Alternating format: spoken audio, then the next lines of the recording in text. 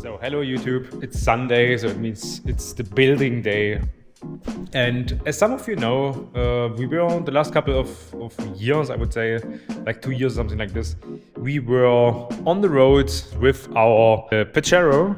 As you can see here on our Pajero, there are actually no license plates on it anymore. I just realized the last couple of times when we were with the Pajero on the road that it's just too small. So we are 4 people, my wife, me, and our 2 kids, and I just realized, you know, it's not big enough. This is really the problem, the main problem. So yeah, I checked a little bit on the market, like what is around, what has the size we need and everything, and of course the Volvo C304 6x6. So I really want to make a small introduction about this car, or truck as you maybe can call it.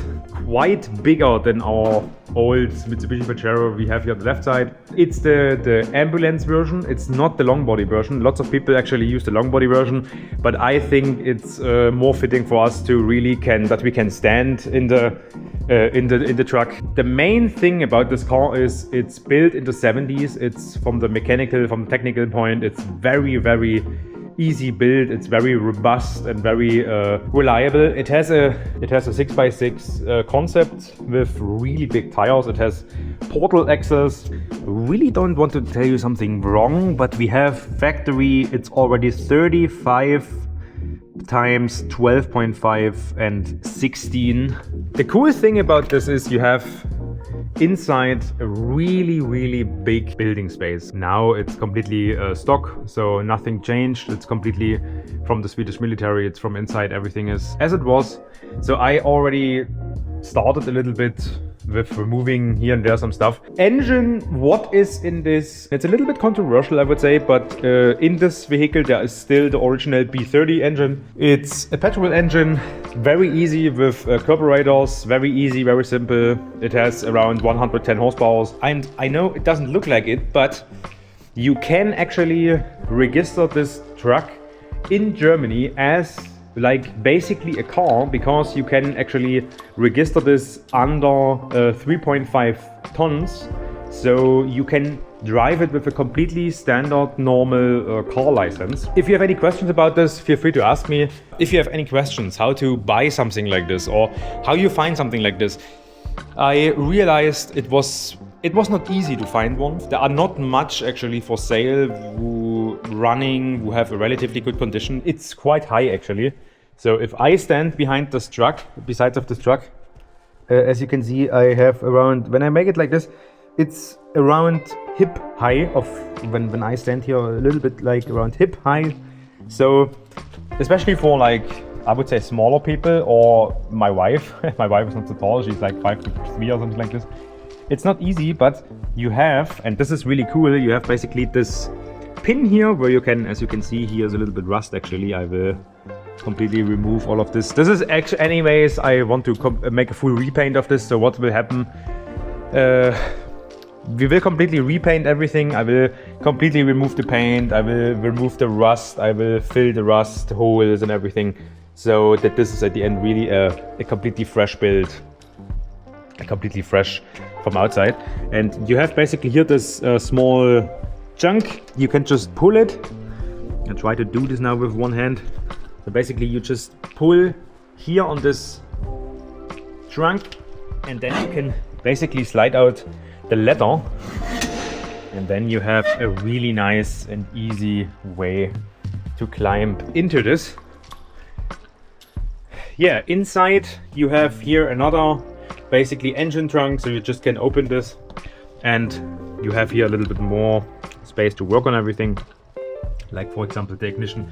You can basically open here the roof. You have a roof hatch. I just closed it yesterday, but I really want to show you this. So you just have basically here these old clothing hatches, and then you basically, when you open everything, you just pull it up, and then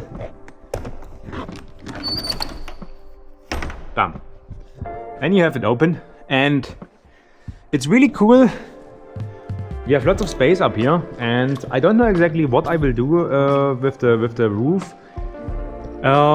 Either we will put a a small rooftop tent on it, but I'm not sure about this. Maybe we just use this purely for storage, because I really don't want to increase in an unnecessary way the height of the car, because it's already quite high.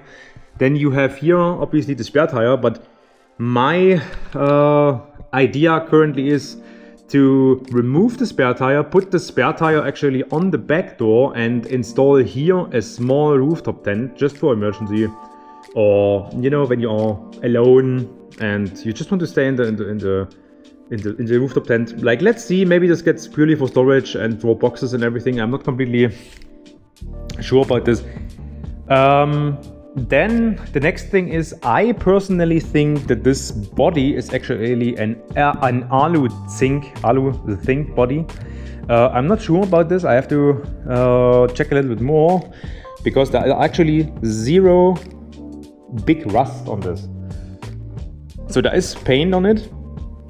The paint is coming down, but as you can see, it's the pure aluminium under it. So there is no rust at all. So even here. So you have these spots here, but there is no rust at all. So I have, in my opinion, this is an alu zinc body. But who knows? We will see. What I just want to show you, this is why I opened this hatch actually.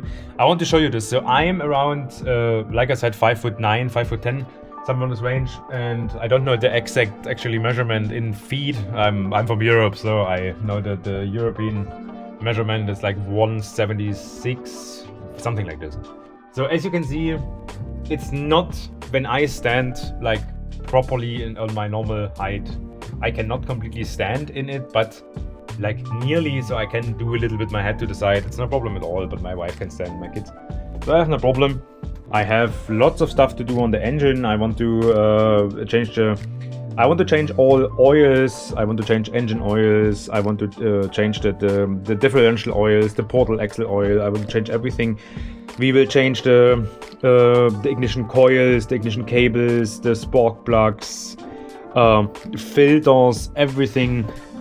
From the inside, we will make a little bit stuff. Then obviously what I want to do is I want to basically make here a big space that you can basically go from the driving house. You can go directly into the living area. So we will make a big chunk, or we will cut a big chunk out here. And then we will see like how it's going, you know. I'm really excited for this journey.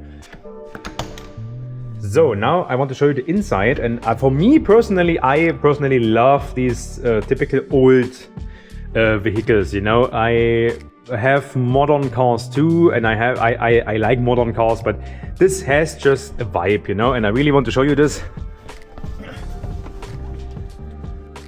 Yeah, this is the inside of this Volvo, and this is the dashboard basically. So you have here, you have the tank, you have here the speedometer in kilometers per hour, and here you have the temperature from the engine.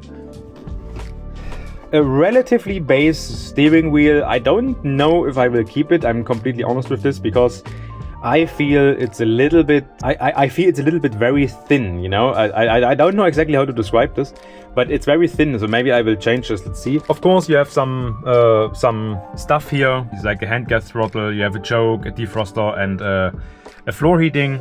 But the important stuff about this truck is definitely this. This basically is the button that you can engage the front axle. So the concept basically in this car is you have always the rear wheels are always running. So this is basically it's basically the running axles, or the two back axles. And if you want, you can engage in the high range mode. You can engage the front axle.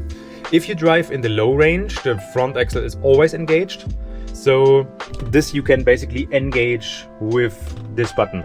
Then you have basically a front axle differential lock and a rear axle differential lock. So basically the rear axles function as a package, and the front axle is separate. So you can activate everything if you want. And then you have literally a pure 6x6, absolutely reliable and capable off-road vehicle. 6x6. Lots of people say actually that this Volvo 6x6 is definitely in the same league as a Mercedes-Benz Unimog, and I would say in lots of things even better than the Mercedes Unimog. Obviously there are points where the Unimog is better and everything, but these are very similar cars. And I would say still price-wise, the Volvo is still a little bit cheaper. And for me personally, the optic, so how it looks, is for me personally on the Volvo way better. Yeah, the next thing is, under this you have basically the tanks for your braking fluid, so you just can remove it, no problem, can check it. And the very cool thing about this car is or truck, that you have basically your engine trunk, you have directly in the driving house. So you just open this like this, and you basically have directly here the engine. So it's a very cool concept. I really like this. Yeah, I mean, obviously downside in all of this is that you sit directly on the engine. So it's obviously when you drive when it's very warm outside, you have directly the engine behind of you, directly the engine under you. So it gets very warm. But when you are driving in very cold weather, you have a good heat system. I will definitely put in an air conditioning and AC in this truck. So let's see what comes on our way. So I definitely want to make, like I said, a full rebuild. So I definitely will make a proper build of this. I really want that we can travel, that I and my family, we can travel with this truck. Reliable, safe, that it's working, and that we can really make our ways with this. I'm very excited, and I really hope that I don't find any really big things, that I don't find very big things what I have to maybe repair or something like this. I think this truck is from the base really, really good. I'm really happy with this purchase. There are here and there some downsides. I'm definitely say this. So there's definitely some stuff what I did not see when I bought it. There is stuff what I just saw when I had it in my garage here, and I start really a little bit more intense examining everything. I'm kind of happy. You will be a part of it, and let's start the rebuild.